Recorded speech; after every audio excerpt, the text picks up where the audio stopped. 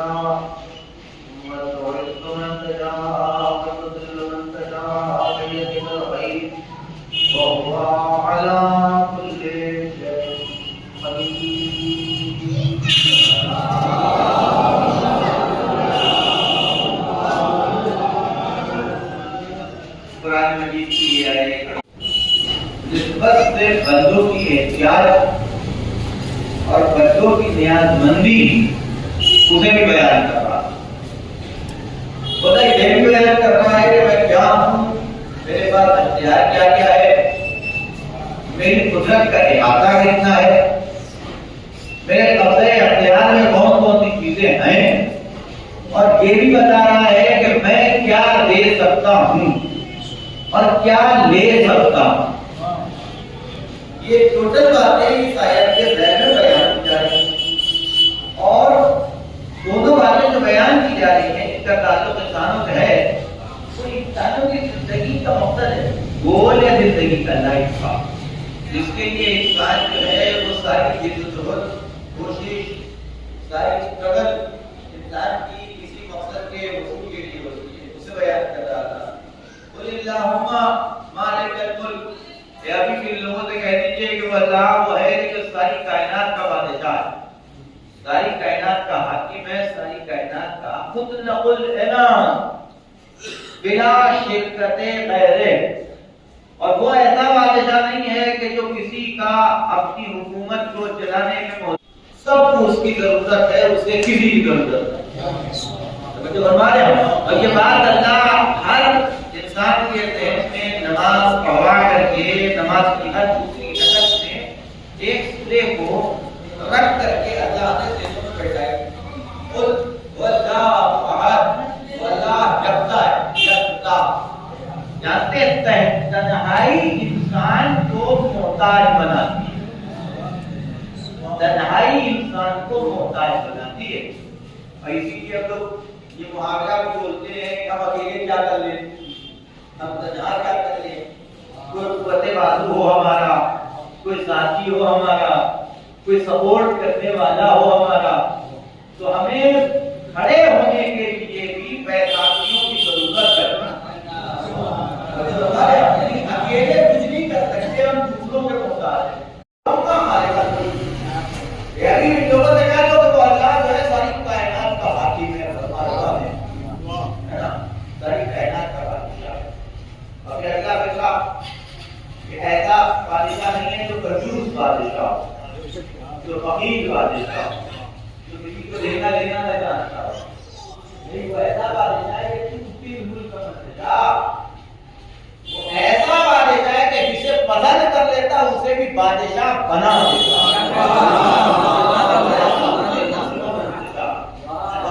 वो किंग नहीं है, वो किंग मेकर है।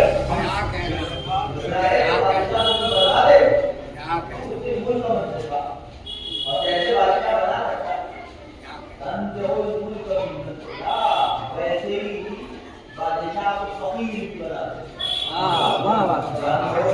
जिसे चाहे बादशाह बना दे, जिसे चाहे तारीफ तो बड़ी बड़ी है ना, कैसे कैसे बड़े बड़े लोग, आज जो है उसके हाथ में कासे कलाई है, बड़े की ठोकरें खा रहे, दूसरों के टुकड़ों पे पलने तक बांटने वाले आज दूसरों के टुकड़ों के मोहताज है। कोई दे तो खाने को मिले, थोड़ा तसल्लुल कीजिए तो बताइए कि दोनों की तो दिखा रहा है, तो उसके दोनों समझ से आप बड़ा बता दो, दोनों मिशन से ये चाहे वो हुकूमत छीन भी सकता है, तो थोड़ी समझ सकता कोई है कि जिसे चाहे इस्तेमाल बना दे, कोई है कि जिसे चाहे शरीर कर दे, और जिसे देखा खैर खैर तो बस तेरे हाथ में है, समझ रहे आप?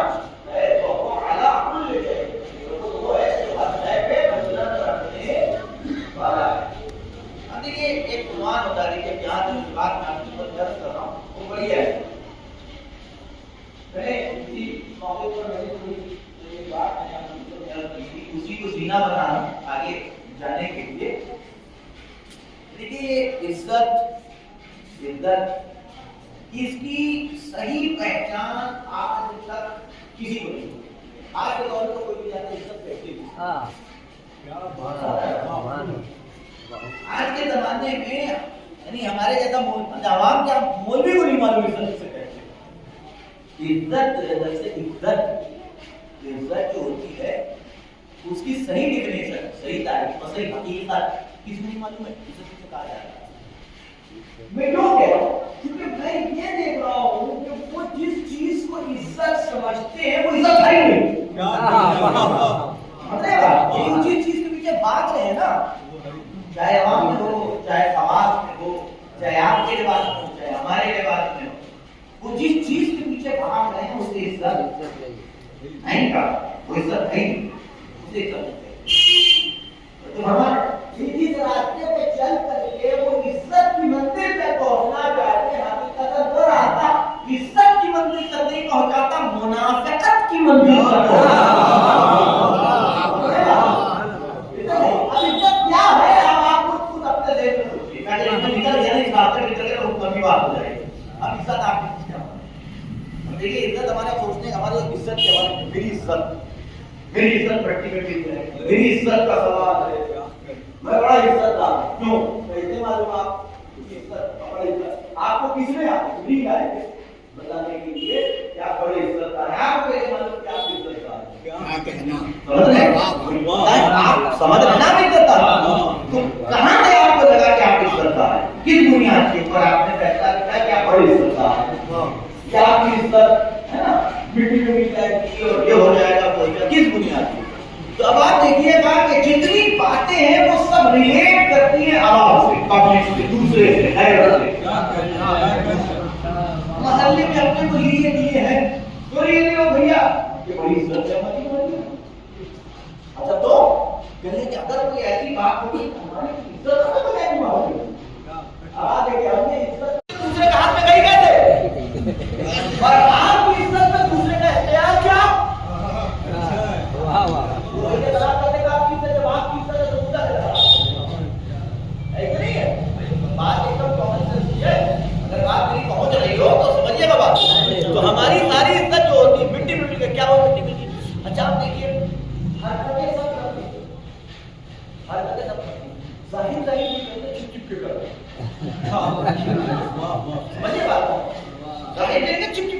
चिप चिप क्यों करते हैं? वो इसलिए करते हैं कि अगर हम जाहिर करेंगे तो इज्जत मिट्टी में मिल जाएगी।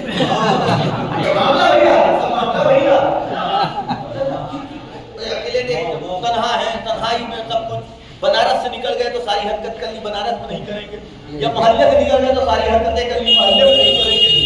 और कीजिएगा, शरीफों में बैठे तो बड़ी शराफत वाली जवाब से शहर का पापा, और बाजार में आए तो भागते रहेगी। ये चेंज क्यों हो रहा है? ये जो तरीका जो है वो चेंज क्यों हो रहा है, बदल क्यों रहा है? ये जबान क्यों बदल रही है, कैरेक्टर क्यों बदल रहा है, सीरत क्यों बदल रही है, लहजा क्यों बदल रहा है? किस बुनियाद पर बदल क्या है? किसी बुनियाद के ऊपर कि अगर यहाँ भी वही लहजा रखा तो उसका मिट्टी में मिल जाएगी।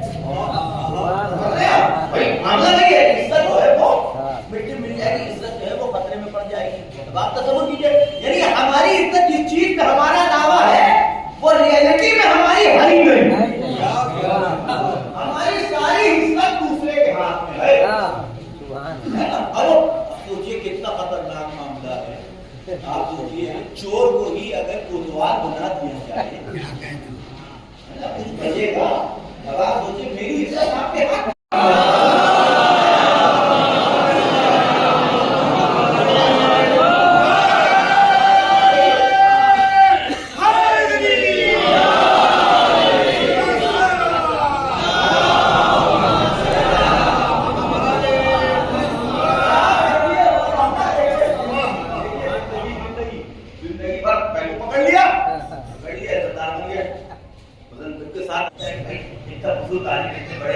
डायरेक्टिंग से कैसे बात करें, समझ रहे हैं? तो वसीला ऐसे लोगों को बनाता है, तो हल्का बगोल आप जरा बात कीजिए, मलिक परिवार लीजिए, आप बात करिए बजाता कि हमारे घर आ जाएं, आप बात करिए मौलाना से मिलना चाहते तो आपको मतलब आप है ना वो वसीला डायरेक्ट चले जाओ, क्या काट लेंगे, क्या करेंगे? दांत काट लेंगे, क्या कर लेंगे? आदमी है ना, अंदर नहीं है, चलेगा डायरेक्ट बात करने के लिए, लेकिन आदमी थोड़ा सा इख्तिलाफ में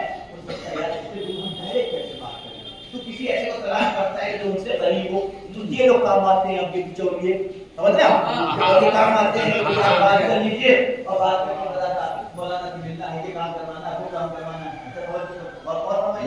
ये तो जिंदगी भर हम और आप करते रहते हैं।